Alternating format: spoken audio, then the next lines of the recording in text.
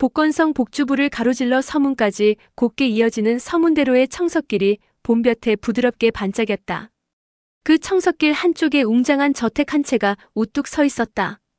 대문 앞에 2장쯤 되는 깃대를 좌우로 벌려 세우고 펄럭이는 푸른 깃발을 매단 곳이었다.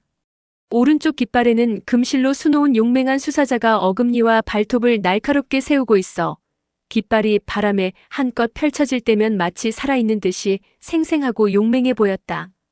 수사자 머리 위에는 검은색 실로 날개를 활짝 펼친 박쥐 한 쌍이 수놓여 있었다. 왼쪽 깃발에는 보기표국이라는 검은 글자를 수놓았는데 미끈하면서도 힘찬 필체가 더할 나위 없이 강인한 분위기를 자아냈다. 붉은 칠을한 대문 위에는 장식으로 박아둔 찻잔만한 구리못이 햇빛을 받아 번쩍번쩍 빛나고 있었다. 문이 편에게는 보기표국 4글자를 금빛으로 큼지막하게 써놓고 그 아래에는 조그맣게 본부라고 덧붙여 놓았다. 보기표국의 서쪽 옆문에서 말 5필이 튀어나왔다. 그중 선두를 달리는 말은 온몸이 눈처럼 하얀 데다 굴레와 등자마저 반짝이는 은으로 만들어 똑바로 쳐다보기 힘들 만큼 눈이 부셨다. 안장 위에는 비단 옷을 입은 청년이 앉아 있었다. 그는 18에서 19살 정도 됨직한 청년으로 왼쪽 어깨에 위세 좋게 사냥매 한 마리를 얹고 허리에는 보검을 차고 등에는 장궁을 맨 채 쏜살같이 말을 몰았다. 그 청년이 바로 보기표국의 소표두 임평지였다. 성문을 나선 임평지는 2 다리로 말 허리를 슬쩍 조였다. 주인의 지시를 받은 백마는 나는 듯이 달려 순식간에 뒤따르는 말들과 거리를 벌렸다. 말을 몰아 언덕에 오른 뒤 사냥매를 풀자 숲속에서 토끼 한 쌍이 튀어나왔다. 임평지는 등에 맨 장궁을 풀어 안장에 매단 화살통에서 화살 하나를 뽑아 매긴 다음 힘껏 시위를 당겼다. 핑하고 화살이 날아가자 토끼 한 마리가 짧은 비명을 토해내고는 그대로 쓰러졌다. 2번째 화살을 매기고 보니 그 틈에 다른 한 마리는 숲을 속으로 사라지고 없었다. 정표두가 쫓아와 웃으며 칭찬했다. 역시 활솜씨가 대단하십니다. 그때 숲 왼편에서 쟁자수인 배기가 소리쳤다. 소표두 이쪽입니다. 여기 꿩이 있습니다. 임평지가 달려가 보니 숲속에서 꿩 한 마리가 푸드덕거리며 날아올랐다. 화살이 바람을 가르며 날아갔지만 꿩이 임평지의 머리 위로 날아가는 바람에 맞히지 못했다. 그러자 임평지는 재빨리 머리 위로 채찍을 휘둘렀다. 순간 퍽 하는 소리와 함께 꿩이 땅으로 곤두박질 치며 오색 깃털이 사방에 흩날렸다. 그걸 보며 5사람은 일제히 웃음을 터뜨렸다. 사표두가 말했다. 이만한 채찍 솜씨라면 꿩은 말할 것도 없고 나는 독수리도 떨어뜨리겠습니다. 일행은 숲으로 들어가 짐승을 계속 쫓았다. 사표두와 정표두 그리고 쟁자수인 배기와 진칠은 소표두의 흥을 돋우려고 일부러 그에게 사냥감을 몰아주고 눈앞에 짐승이 서 있어도 활을 쏘지 않았다. 덕분에 두어 시즌 동안 임평지는 토끼 2마리와 꿩 2마리를 잡았지만 멧돼지나 사슴 같은 큰 짐승이 보이지 않아 아쉬워했다. 저기 저 산으로 가서 찾아봐야겠어요. 해가 저물 시간이 다 되어가는데도 임평지가 돌아갈 생각을 하지 않자 곤란해진 사표두가 말했다. 소표두 날이 저물고 있습니다. 돌뿌리도 많은데 백마의 발굽이 상하기라도 하면 어쩌시렵니까? 내일 아침 일찍 다시 나오시지요. 임평지가 타고 있는 백마는 그의 외할머니가 낙양에서 비싼 돈을 주고 구해서 2년 전 임평지의 17번째 생일 선물로 준 것이었다. 말을 애지중지하던 임평지는 말발굽이 상할지도 모른다는 이야기에 말머리를 쓰다듬으며 대답했다. 소설용은 워낙 영리해서 돌뿌리 같은데 차일 리 없어요. 하지만 다른 말들은 그렇지 않을 테니 어쩔 수 없죠. 진칠이 엉덩방아를 찍기 전에 그만 돌아가요. 그 말에 5사람은 왁자지껄 웃으면서 말머리를 돌렸다. 임평지는 왔던 길과 달리 북쪽으로 길을 잡고 속이 시원해질 때까지 한참을 달린 다음에야 고삐를 당겨 속도를 줄였다. 마침 길 옆에 깃발을 내건 술집을 발견한 정표두가 권했다. 소표두 이왕 나왔으니 한잔 하시는 게 어떻습니까? 갓 잡은 토끼와 꿩이 있으니 들들 볶아 술에 곁들이면 아주 기가 막힐 겁니다. 그 말에 임평지가 웃으며 대답했다. 제사보다는 제밥이라더니 정표두가 딱 그 마음이었군요. 여기서 배불리 대접하지 않으면 내일 아침 따라 나서지 않으려고 늑장을 부리겠지요. 임평진은 고삐를 당기고 말에서 훌쩍 뛰어내려 술집으로 들어갔다. 그런데 평소 같으면 주인 채 씨가 후다닥 달려나와 고삐를 잡아주며 온갖 아첨을 떨었을 텐데 이날은 이상하게도 임평지 일행이 문 앞에 이르도록 반겨 맞는 사람이 없었다. 술 데우는 화로 옆에는 푸른 옷을 입고 쪽진 머리에 흔해 빠진 나무 비녀를 꽂은 소녀가 서 있었지만 술을 만드느라 손님을 아른 척도 하지 않았다. 정표두가 소리쳐 불렀다. 이보시오 주인장. 손님 맞지 않고 뭐하시오? 백이와 진칠이 재빨리 의자를 빼고 소매로 먼지를 탁탁 털어 임평지의 자리를 마련했다. 사표두와 정표두는 말석에 나란히 앉았고 쟁자수들은 다른 탁자에 자리를 잡았다. 그러고 나서야 방에서 콜록거리는 기침 소리가 들리더니 머리가 하얀 노인이 나타났다. 어서들 앉으시오. 술 드시겠습니까? 북방 사투리가 진하게 묻은 말투였다. 그럼 술 마시러 왔지 차 마시러 왔겠소? 우선 주겹청부터 색은 주시오. 한데 주인장은 어디 갔소? 설마 그 사이 주인이 바뀌었소? 와나 주겹청 색은 내오너라. 노인은 소녀에게 지시한 다음 정표두의 말에 대답했다. 소인의 성은 살이라 합니다. 본래 이 고장 태생이나 어릴 때부터 객지에 나가 장사를 하다가 얼마 전 자식 내외를 먼저 보내고 말았지요. 그래서 마음도 허하고 고향도 그립고 해서 손녀를 데리고 고향으로 돌아왔습니다. 다행히 이 술집 주인 채 씨가 장사를 접는다기에 은자 30냥을 주고 인수하게 되었습니다. 그때 푸른 옷을 입은 소녀가 나무쟁반을 들고 고개를 푹 숙인 채 다가와 임평지 일행 앞에 잔과 젓가락, 술 3단지를 내려놓고는 물러갔다. 그러는 동안에도 소녀는 내내 고개를 숙이고 손님들에게 눈길조차 주지 않았다. 몸매는 날씬했으나 피부가 거칠고 칙칙한 데다 얼굴도 곰보였기 때문에 임평진은 저런 얼굴이면 술 장사는 처음이겠구나 싶어 행동이 서툴러도 신경 쓰지 않았다. 사표두가 꿩과 토끼 한 마리씩을 살로인에게 건넸다. 깨끗이 씻어서 껍질을 벗기고 2대접 볶아주시오. 그러자 살로인이 알겠다며 사표두가 건넨 꿩과 토끼를 받아들고 주방으로 들어갔다. 정표두는 잔 3개의 술을 가득 채운 후 자기 잔을 들고 단숨에 꿀꺽 마시고 혀로 입술을 핥았다. 주인은 바뀌어도 술맛은 그대로군요. 그가 다시 술잔을 채우는데 요란한 말발굽 소리와 함께 북쪽으로 난 관도에서 말 2필이 먼지를 뽀얗게 일으키며 달려왔다. 속도가 어찌나 빠른지 말은 눈 깜짝할 사이에 술집 앞에 도착했다. 잠시 후 4,000말씨를 쓰는 건장한 사내 2명이 들어왔다. 그들은 임평지 일행을 힐끔 쳐다보고는 아무렇지 않게 자리에 앉았다. 여기 술 내와라. 복건성은 산이 우라지게 많아서 말도 견뎌내지 못하는구나. 와나가 고개를 숙이고 다가가 조용히 물었다. 어떤 술을 드릴까요? 작지만 귀가 시원해지는 맑고 고운 목소리였다. 젊은 사내가 흠칫하더니 벼랑간 오른손으로 와나의 턱을 잡아들어 올렸다. 허이쿠, 아깝다 아까워. 그가 피식 웃으며 중얼거리자 와나는 화들짝 놀라 황급히 달아났다. 그 모습을 보고 다른 사내가 낄낄거리며 농을 건넸다. 어이, 여 형제. 저 낭자 몸매는 으뜸이지만 얼굴이 석류 속껍질처럼 아주 우라지게 울퉁불퉁하구먼. 그 말에 여형제라고 불린 사내가 큰 소리로 웃음을 터뜨렸다.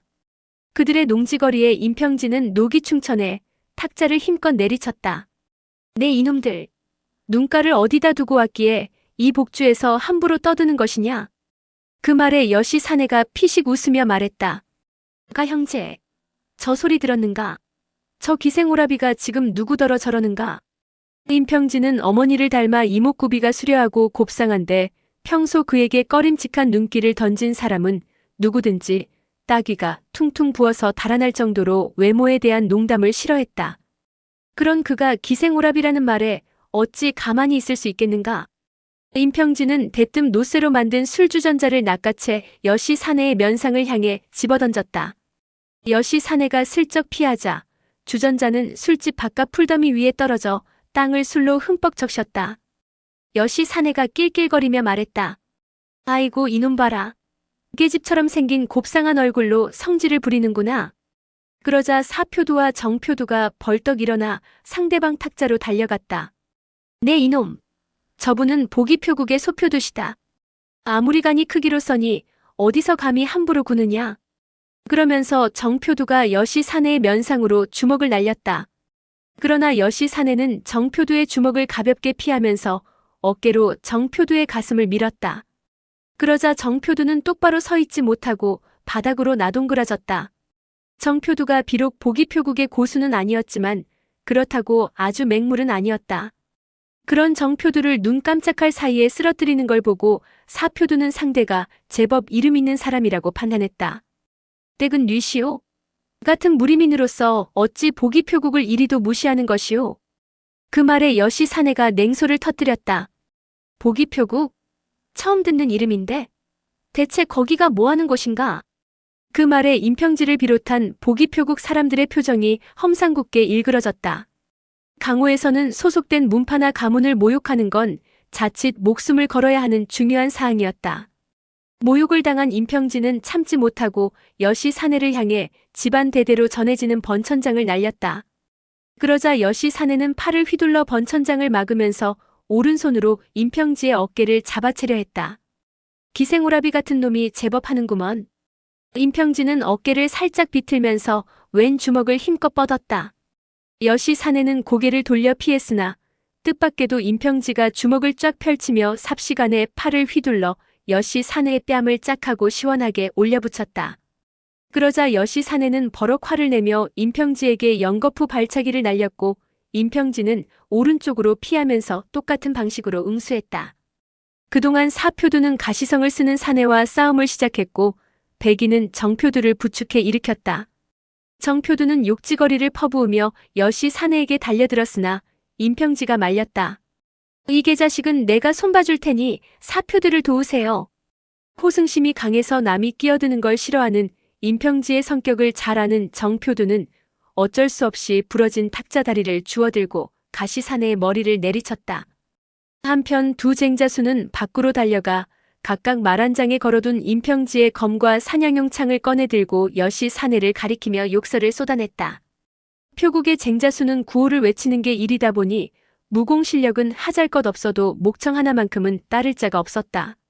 임평지는 아버지에게 배운 번천장의 초식을 하나하나 펼쳤지만 10여 초가 지나도록 상대가 흔들림 없이 막아내자 슬슬 자신감이 사그라들었다. 상대는 그의 초식을 차례차례 해소하면서 계속해서 너절한 말을 늘어놓았다. 어이, 아무리 봐도 남자라기보다 남장한 여자 같구먼. 이런 우라질 같은 싸움은 관두고 그 복숭아 같은 얼굴에 입맞춤이나 하게 해주게나. 어떤가? 여시 사내의 농지거리에 임평지는 더욱 화가 치밀었다. 곁눈질로 살펴보니 사표두와 정표두는 가시 사내를 협공하면서도 여전히 수세에 빠져 있었다. 특히 정표두는 코가 깨지는 바람에 앞서피 코피로 벌겋게 물들어 무척 볼썽사나웠다. 임평지는 한층 더 빨리 장법을 펼쳐 찰싹하는 소리와 함께 또다시 여시 사내의 뺨을 후려쳤다. 잔뜩 힘이 들어간 한 수였기 때문에 여시 사내는 통증과 수치심을 참지 못해 길길이 날뛰었다. 이런 거지발사개 같은 놈을 보았는가. 깨집처럼 곱상하게 생겨먹어서 조금 봐줬더니 요놈이 감히 이 어르신의 뺨을 때려.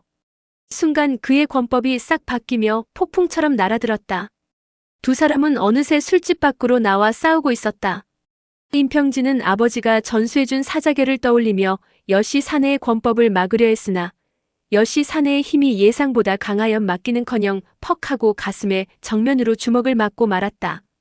임평지가 몸을 가누지 못하고 휘청거리는 사이 여시 사내가 임평지의 멱살을 움켜쥐었다.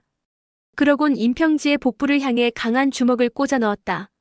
순간 임평지의 몸이 앞으로 꺾이자 여시 사내는 임평지의 뒷덜미를 꾹 눌러서 꼼짝 못하게 한 다음 미친 듯이 웃어댔다. 거지발사개 같은 놈. 어떠냐? 내게 3번 절하고 어르신 살려줍쇼 하고 빌면 놓아주겠다. 곁눈질로 그 모습을 본 사표두와 정표두는 대경실색하여 상대를 팽개치고 도와주려 했으나 가시 사내가 그들을 가로막아서 뚫을 수가 없었다. 보다 못한 쟁자수 백이가 여시 사내의 등에 사냥용 창을 내지르며 소리쳤다. 이놈, 그 손 놓지 못하겠느냐? 니놈 목숨이 몇 개라도 되느냐? 말이 끝나기도 전에 여시 사내가 왼발을 돌려 창을 저 멀리 날려버리고 연이어 오른발로 백이를 걷어찼다. 백이는 대굴대굴 굴러가 한참이 지나도 일어나지 못했다. 배기가 나가떨어지자 겁먹은 진칠은 입으로는 욕을 퍼부으면서도 몸은 슬금슬금 뒤로 물러나고 있었다. 여시 사내가 껄껄거리며 조롱했다. 어이 아가씨, 절을 할 것인가 안 할 것인가. 그가 팔에 힘을 주어 임평지의 머리를 짓누르자 임평지의 얼굴은 점점 아래로 내려가 마침내 이마가 땅에 닿을 정도가 되었다. 임평지는 여시 사내의 아랫배를 향해 주먹을 휘둘러 보았지만 간발의 차로 때릴 수가 없었다. 목은 부러질 것처럼 아프고 눈앞에는 별이 번쩍번쩍하고 귓속은 시끄럽게 윙윙거렸다. 벗어나려고 두 손을 마구 휘두르던 임평지는 종아리 부근에서 딱딱한 게 잡히자 이것저것 따질 겨를 없이 재빨리 낚아채 상대의 배를 힘껏 찔렀다. 순간 여시 사내가 날카롭게 비명을 질렀다. 임평지를 놓고 비틀거리며 물러나는 그의 얼굴 위로 참혹한 공포의 빛이 떠올랐다. 그의 아랫배에는 비수 한 자루가 손잡이만 남고 깊숙이 박혀 있었는데 때마침 서쪽을 향해 서 있었기 때문에 석양에 비친 황금빛 손잡이가 눈부시게 번쩍였다. 여시 사내는 무슨 말을 하려는 듯 입을 열었지만 소리는 목구멍에서 얼어붙어 나오지 않았고 비수를 뽑으려고 손을 뻗었지만 용기마저 얼어붙은 듯 힘을 내지 못했다. 임평지는 심장이 목구멍으로 튀어나올 정도로 놀라 주춤거리며 뒷걸음질 쳤다. 가시 사내와 사표두 그리고 정표두도 싸움을 멈추고 경악한 얼굴로 여시 사내를 바라보았다.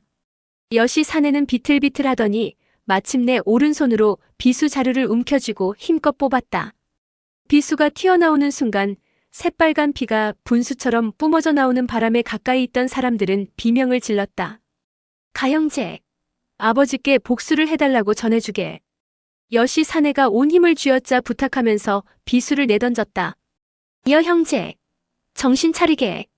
가시 사내가 부르짖으며 달려갔지만 여시 사내는 땅에 푹 고꾸라져 부들부들 떨더니 마침내 모든 움직임을 멈추고 말았다. 저놈을 잡아라.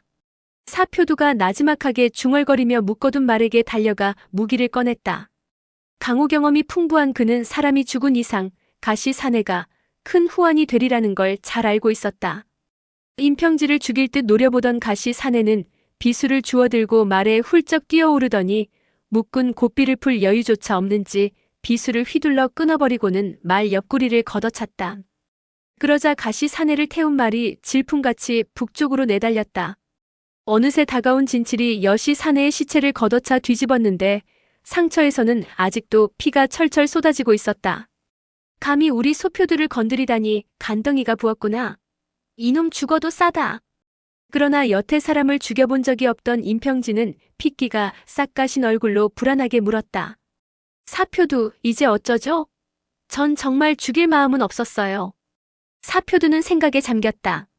표행을 하다 보면 종종 사람을 죽이는 일도 생기게 마련이다. 그러나 지금까지 죽인 사람은 도적이거나 강호의 사파 인물들이었다. 또한 싸우는 곳도 대부분 산이나 숲속이었기 때문에 죽인 다음 그 자리에 묻어버리면 유야무야 넘어갈 수 있었다. 그리고 패거리가 있다고 하더라도 흑도들이 관아에 신고할 리도 없었다. 하지만 지금 죽은 자는 도적도 아니고 장소도 성근교였다. 귀중한 사람의 목숨이 저리 갔으니 한낱 표국의 소표두는 말할 것도 없고 지방 고관이나 감찰사의 아들이라도 쉽사리 빠져나가지는 못할 터였다. 이렇게 생각한 그는 눈썹을 찡그리며 제안했다. 한시바삐 시체를 술집 안으로 옮겨야 합니다. 이곳은 큰 길가라 금방 눈에 띕니다. 마침 해가 뉘엿뉘엿 지고 있어 길 가는 사람은 없었다. 백이와 진칠이 시체를 술집으로 옮기는 동안 사표두가 임평지에게 속삭였다. 소표두, 은자를 좀 가져오셨습니까? 그럼요, 여기 있어요. 임평지는 다급히 품속에서 20냥쯤 되는 은자를 꺼냈다. 사표두는 술집으로 들어가 탁자 위에 그것을 내려놓으며 살로인을 달랬다. 주인장, 저 친구들이 주인장 손녀를 희롱하기에 우리 소표두께서 의분을 참지 못해 도우려다 실수로 사람을 죽였네. 주인장도 똑똑히 보지 않았나? 주인장 손녀 때문에 벌어진 일이니 괜히 말 새어나갔다가는 주인장도 무사하지 못할 것일세. 은자를 줄 테니 우선 저 시체부터 묻고 나서 방법을 생각해보세. 살로인이 그렇게 하겠다고 대답했지만 마음이 놓이지 않았는지 정표두가 다시 한번 으름장을 놓았다. 우리 보기표국이 지금까지 도적을 몇 놈이나 죽였는지 아는가? 저 쥐새끼 같은 놈들 하는 짓이 수상한 것이 분명 우리 복주에 나쁜 짓을 하러 온 강도가 아니면 생마가 틀림없네. 우리 소표두께서 척 알아보시고 미리 놈들을 처리해 복주의 평화를 지키셨으니 관아로부터 상을 받아 마땅한 일이네. 하지만 소표두께서 본디 시끄러운 것을 싫어하시고 쓸데없이 이름을 알리는 걸 원치 않으시기에 조용히 처리하는 것일세. 그러니 노인장도 입국 다물게. 두 표두의 으름장에 겁을 먹은 살로이는 염려하지 말라며 연신 고개를 주걱거렸다. 사표두는 배기와 진치를 데리고 술집 뒤 채소밭에 시체를 묻은 후 괭이질을 해서 흙으로 문 밖에 핏자국을 말끔히 덮었다. 일처리가 끝나자 어느새 날이 깜깜해져 있었다. 임평진은 다소 마음이 놓여 일행과 함께 표국으로 돌아갔다. 오늘의 영상은 여기까지입니다. 영상이 도움이 되셨다면 구독과 좋아요, 알람 설정 부탁드립니다. 시청해주셔서 감사합니다.